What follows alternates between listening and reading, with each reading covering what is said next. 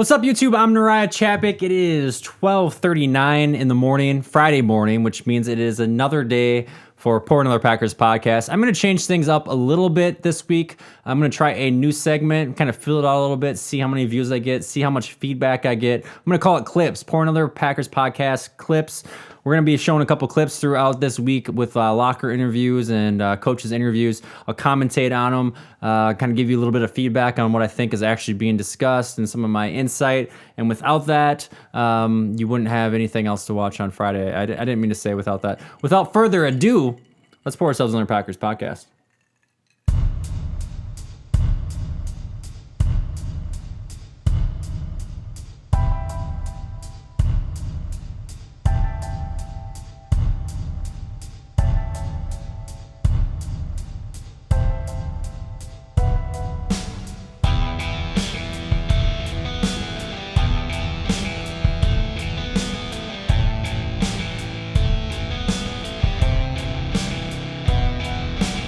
So real quick before I get started, tonight I am drinking a whiskey on the rocks. So I am all out of beer. I'm all out of, the mixings for an old fashioned, which is my personal favorite.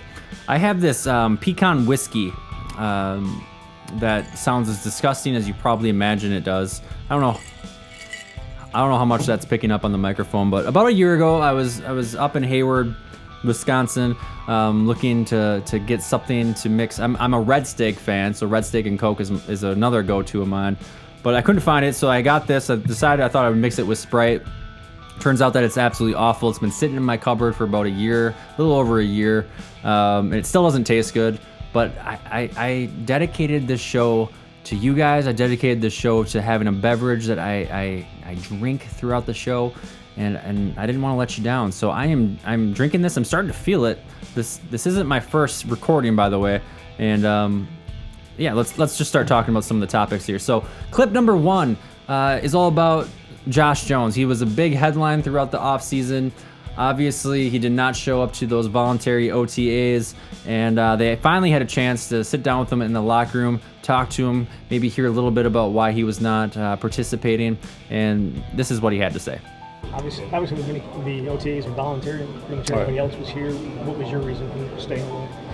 I have a trainer in Florida that I like to work out with. And I had a daughter that was born, not too long ago. So, I'm just being a family man, being a father to my kids. Like I said, I was, OTAs were voluntary.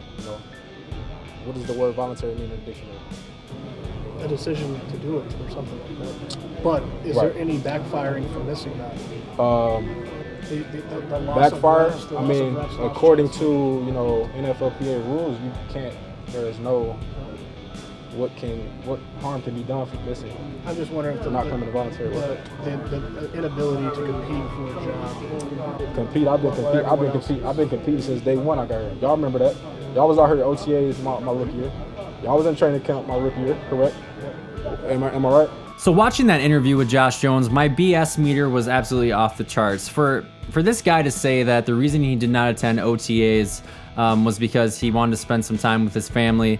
Look, I get it. I'm a family guy myself. I'm a huge family guy myself. I love spending time with my family. I'm actually spending a lot of time with my family this weekend, and I understand that. But Josh, you are coming into a team that has a new head coach, that has a bunch of different head coaches, that has new members on a defense. They're all trying to get their shit together before they go into that 2019 season. And for you to say that you didn't participate because of family matters that weren't even crucial from what you're saying is completely BS. The BS meter's off the charts. The reason why you did not show up to voluntary OTAs is because you know that you are not the best player on the team and you are not capable of a starting position on that team, even though you feel like you deserve it. This goes into a long rant as far as entitlement that I don't even want to get into. That's completely devastating our country. But for you, Josh, the facts are right there. You need to show up. One thing that Mike Pettine's defense has shown us more than anything else is that it's very versatile. They take these players, they move them all over the defense. You can have a safety playing linebacker, a linebacker playing over in the nickel package as a cornerback, It doesn't matter. As long as you show that you are capable of being a difference maker on that defense, you will have a position on the team.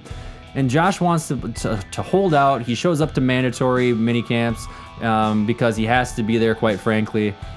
Gives you a sob story of why he was there. It's not true whatsoever. Don't believe a single thing. Josh Jones does not have a role on the Packers team moving into 2019. It's only a matter of time until they move on from him. I have no idea what they're going to do with him. He brings absolutely no trade value. He brings absolutely just a freaking terrible attitude in regards to what you want in that Packers locker room. The players knew that he was holding out. This isn't what rookies do. This isn't what rookies do on their rookie contract. What rookie holds out in their third year when they haven't even been a difference maker? Absolutely unacceptable. I'm sorry. This one frustrates me. Just listening to him talk and kind of having that arrogance to him that he didn't do anything wrong and that he wasn't hurting his team is foolish.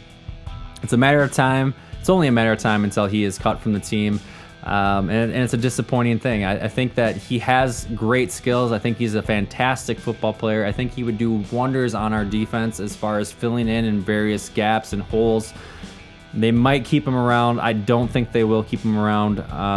And unfortunately, that's just how the NFL works. I'm sorry, Josh. Good luck on your next venture. Your NFL career could be over, but I don't want to spend too much more time talking to you. It's a waste of air. It's a waste of words. Let's move on to clip number 2. So in clip number 2, Aaron Rodgers. Aaron Rodgers had a couple things to say about Jake Kumerow. You might have heard of him. He's a wide receiver. He kind of made the team last year. So let's hear what Aaron has to say about Jake. Aaron, you talked about a lot of wide receivers today. You were ahead of the curve on Jake Kumerow though last year. He had 20 touchdowns from you today. What have you seen from his development from when you kind of were impressed with him early last year to now? Well, the key is and you guys know, and you'll write about it from time to time, is being reliable and earning my trust. And I've never felt like there's been a real difficult recipe or plan. It's you know what you're doing, and you're in the right spot at the right time, and you don't make repeat mental mistakes.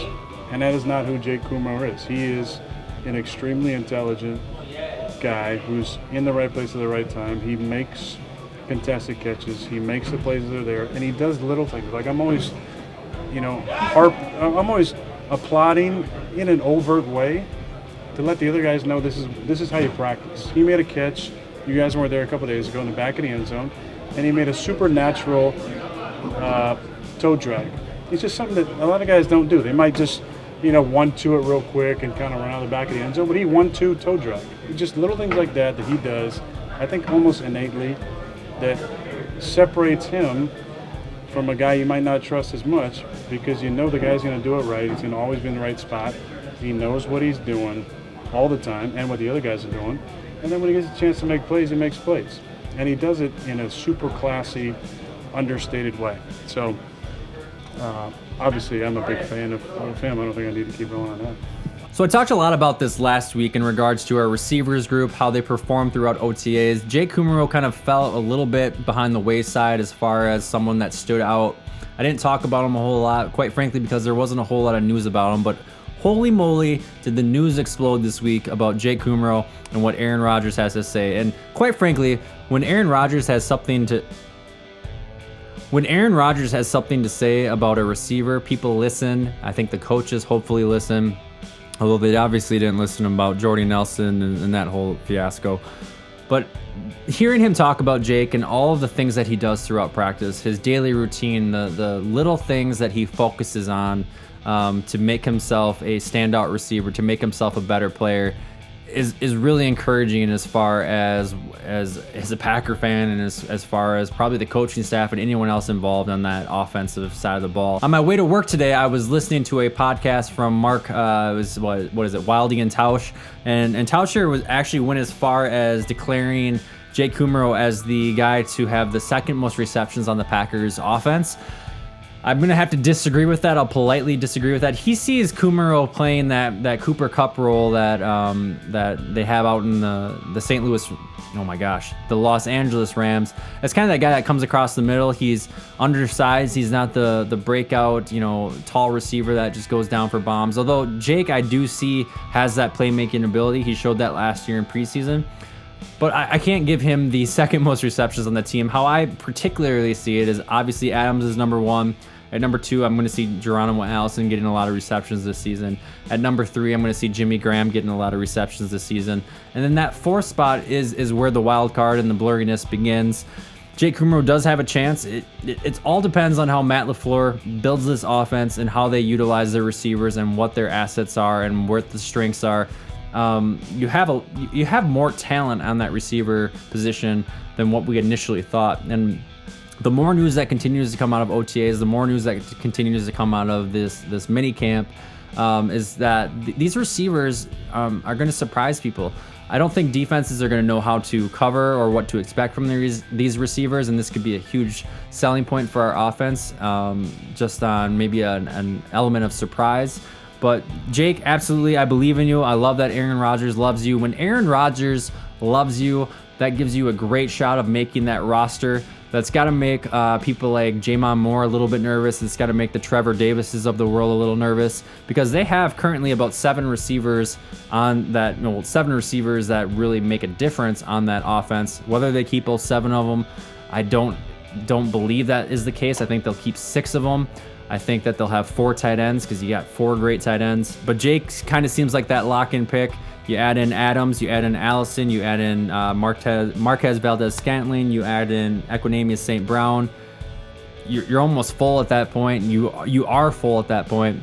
I love hearing Aaron talk about his receivers. They tried to prod him a little bit and ask him questions about MVS, Marquez Valdez-Scantling. These news. I'm getting off topic. Let's just move on to clip number 3. What did you plan for tomorrow? You have the guys here for one more day, right? We do have them for one more day. We'll let you know when the time's right. Is there going to be a team building activity of some sort? We'll let you know when the time's right. So as you can see, clip number 3 is a fun one. It's a little bit of a cliffhanger by Matt LaFleur. He doesn't want to give you a whole lot of insight on what the day 3 plan was for mandatory minicamp. But obviously, if you read the news, or if you haven't, if this is your news source, what the Packers decided to do was go out and have some paintball fun. In my previous recording, I was calling it paintballing, and it just doesn't roll off the tongue good. I sound like a fool. I feel like people who participate in the act of paintball would make fun of me. So I don't want to go down that avenue. I might say it's probably going to slip out a couple more times. But anyway, the entire team got together and decided to do a paintball tournament. They split it up into different teams. I think you had a Jair Alexander team. You had a Devontae Adams team. You had teams of people who, quite frankly, didn't really probably want to be there. But I love that they are, I'm going to say, continuing this tradition of getting the team together, doing something outside of football on that final day of minicamp. This isn't something new to the Matt LaFleur system, because last year they all got together, they went out and they shot guns for fun. They obviously had targets at that point, or that last season they had targets that they were shooting at. This year they actually had each other to shoot at, which in my opinion is a whole lot more fun. You get a chance to kind of point out that person that you want to take down. It probably causes a lot of, I'm just fantasizing that this creates a lot of great conversation and joking that happens afterwards. But like I said last week on my episode, I love that these guys are doing things in the community. I love that they are building this brotherhood. If these guys can come together as not only a team, but like a brotherhood, and fight for each other. That's what these Super Bowl teams are made of, is that they all have that common goal. They all know each other's strengths and weaknesses. They know each other as men outside of just football players. That is incredibly crucial to the success of a football team. That is something that the great Vince Lombardi preached long ago about, just being a better man, not just a football player. And I love seeing this tradition, or this belief, built back into the Packers organization. It means nothing but great things. It's fun to see. And now the guys are essentially going to have a 6-week break from today until the start of training camp, which is July 25th. There's a shareholders meeting in there somewhere. The shareholders meeting is on a Wednesday. The following day opens up training camp. I'm going to try and be there the best I can. I am a Packers owner. If you look at my certificate there, that grants me some tickets into the shareholders meeting. I do want to go this year. I've never been there before, but I don't want to make any promises that I can't follow up on. So we'll just pretend I didn't say a whole lot about that right now. But yeah, so this episode is called Clips. I hope you guys somewhat enjoyed it. I think it's fun to kind of bring in some of these interviews of the players and the coaches talking, kind of analyze it a little bit more, tell you what my input is on it. It's going to get really quiet over the next 6 weeks. I have no idea how much news there's going to be. This is going to give me a chance to really kind of break down the social media aspect, putting stuff out on podcasts. I've had a number of subscribers this last week. I absolutely love that. If you guys enjoyed the content, I really do hope that you subscribe. I want this to gain some traction. I have some big ideas for when the regular season rolls out. I will share those once training camp starts. So I'm going to leave you a little bit on pins and needles for the next 6 weeks until that happens. But I absolutely love the comments down below. Please comment. Please like the Facebook page. That's really where I pay the most attention to. I do have some other ones out there. Please subscribe. Please like the video. It means the world to me. If you're still watching, thank you so much. And I will again see you next week. Not entirely sure what I'm going to talk about. Hopefully something happens next week. But I will see you on the internet. Thanks for watching.